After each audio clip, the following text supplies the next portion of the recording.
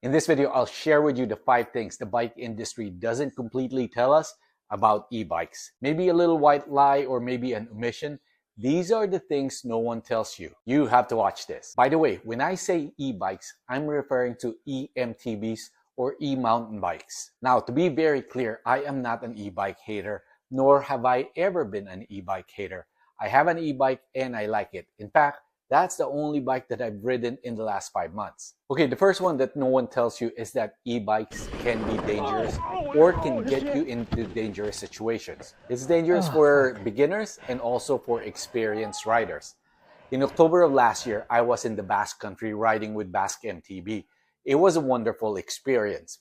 Anyway, one day we came across a group that were on these nice e-bikes. 2 were on a Yeti 160E and 1 was in an Orbea Wild. They were top-of-the-line spec bikes. I know because I checked it out. Anyway, they asked how to get down the trail, which was kind of a weird question because we were so high up in the mountains and pretty much most of the terrain was either a red or a black. And, it took us almost an hour to shuttle up to the top. A little bit more of conversation went on and it turned out that they just purchased those high-end e-bikes and decided to take them out, and they were so happy that they could go further and higher. The flip side of it was now they have to go down a steeper and longer downhill, which they had no experience and most likely have very little skill to do it. This is what I mean by it's dangerous. You get a bunch of newbies that might not be savvy enough and,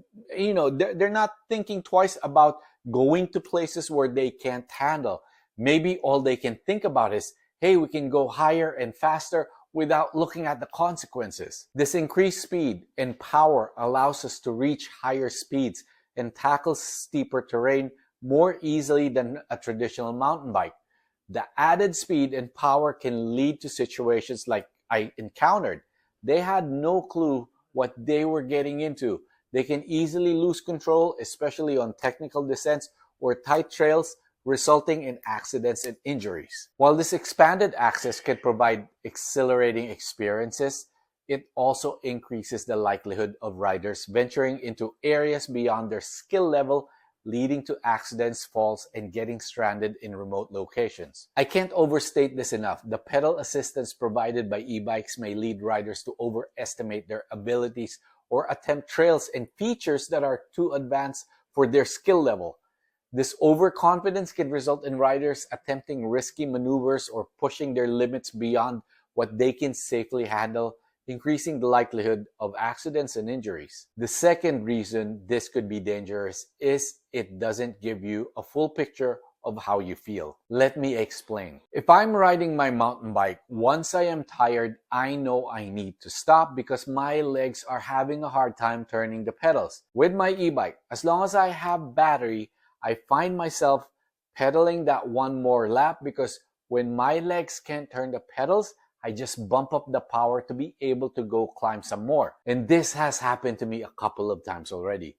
I keep pushing myself to go up, and like I said, I will just crank up the power to be able to get up, to be able to get to the top. But the problem is that I soon realized that when going down, my legs are still spent and it's still tired, and with a heavier e-bike, I'm working harder.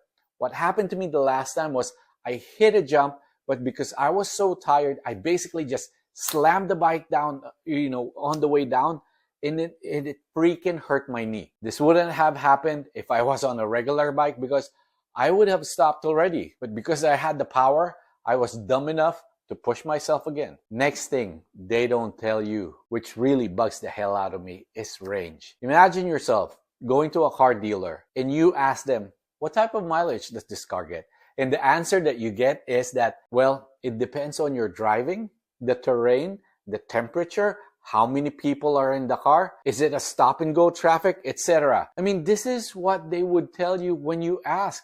No one wants to commit. Even fucking e-bikers, they won't tell you what range they get. Before I tell you about the range that I get from my Santa Cruz Heckler, let me first tell you about range anxiety. This is one of the primary negative aspects of having an e-bike.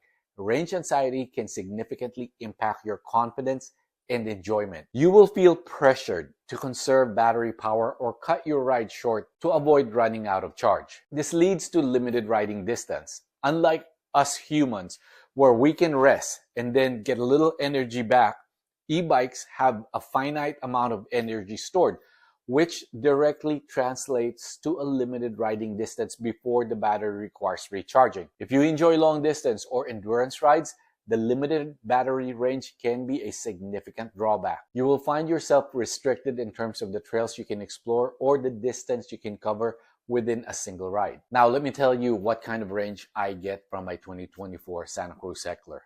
On full boost mode, this is profile 2 on my Shimano EP801 and level 7 out of 7. It's technically, you have Eco Trail and Boost. This one's full boost. I get 14.92 miles and 3,100 feet of climbing in 1 hour, 12 minutes, and I still have 11% battery capacity to spare.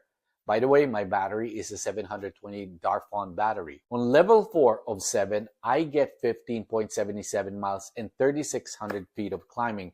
And that's in 1 hour and 50 minutes. And I still have 31% left in my battery.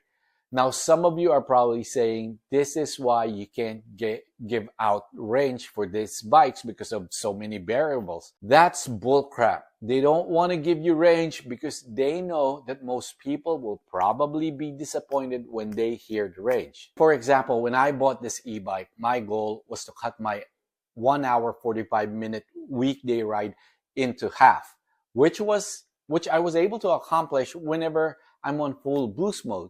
Now, where the frustration lies is, say I wanted to do more.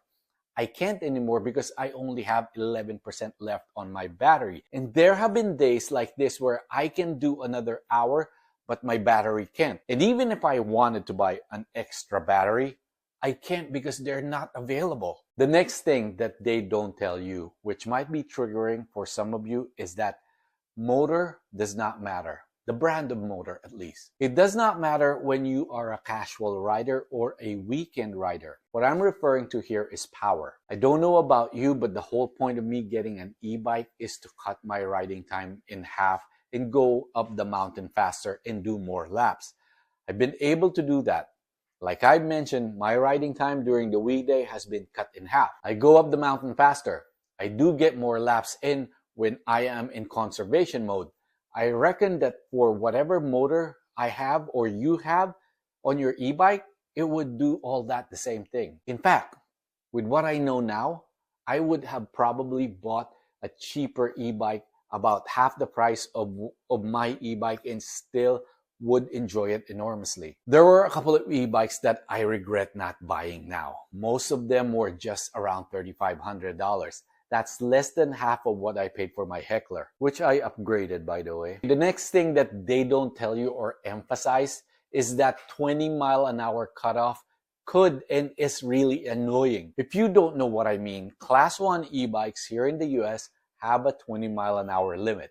This means the electric motor assist stops once the bike reaches the speed. The thing is, when this happens, when you are on a flat terrain or maybe climbing, once the motor cuts off, you really feel it. They call it drag. It's almost as if something went wrong with the bike. It's like you had a flat tire. This happens to me often and I'm still not used to it. In the downhills, I haven't really noticed the motor cutting off. Lastly is the weight. We all know e-bikes are heavy. Because they are heavy and also have more power, it goes through components rather fast. The heavier weight of E-MTBs can put added strain on e-bike suspension, the wheels, the brakes, the tires. I mean, just about everything that you need to replace on an e-bike. Riders, you will experience diminished suspension responsiveness and increased wear on your components, and you're gonna need frequent maintenance and replacement and servicing. For example, I've had my e-bike now for a little over 5 months. I've tried riding as much as I can, but it's been raining here, the last couple of months. So I'm technically riding less than I want, But even with this less riding that I've been doing, my rear pads are completely gone. I've replaced them twice, and this is like in less than 100 miles. I had to replace my rotors because the motors originally was crappy anyway. And tires also. I had to replace tires right away. And that's in 4 months of getting my e-bike. By the way, I'm on my third brake pad now. The biggest thing about the weight that most people don't talk about, the heavier weight of E-MTBs affect your handling and maneuverability, especially on technical terrain or when navigating tight corners. You will find it more challenging to control the bike, leading to a less agile and responsive riding experience. This is again something that I'm still getting used to. For all the speed that I have gained going up the mountains, I am actually slower downhill because I am so tentative at the turns or leaning the bike. Maybe in due time, I can get used to it and pick up a little more speed. Also, because of the weight, I have to be careful when I'm doing jumps and drops. I've noticed that I mentioned earlier, I've noticed that sometimes when I land, I'm not landing softly. And again, it's actually started affecting my knees when that happens. Here's one last bonus that people don't tell you when you get an e-bike. I almost didn't want to add this to this video, but here it is. If you enjoy mountain biking because of the exercise you get out of it, you won't enjoy e-bikes. What I'm referring to here is kind of like the runner's high. Now for me, I never rode my mountain bike because I wanted to get a workout. I just like riding my bike and go downhill. The fact that I get a health benefit from it is a plus for me, but it's not my main goal. Well, ever since I got an e-bike, I gained 15 pounds. Now, normally on my regular bike, I'd be so concerned about it because I'd be having a hard time getting up the mountain. But with my e-bike, it freaking doesn't matter. You know, I'm literally not concerned about my eating. In fact, the first few rides I had with my e-bike, it almost felt as if something was missing. It's as if the high of working out wasn't there. I was missing my dopamine. So I want to conclude this by saying that e-bikes are fun. But know that there are really real and tangible differences from a regular mountain bike. Keep riding. Thanks for watching. And until next time, make sure to charge your e-bike for your next ride. Hasn't happened to me yet.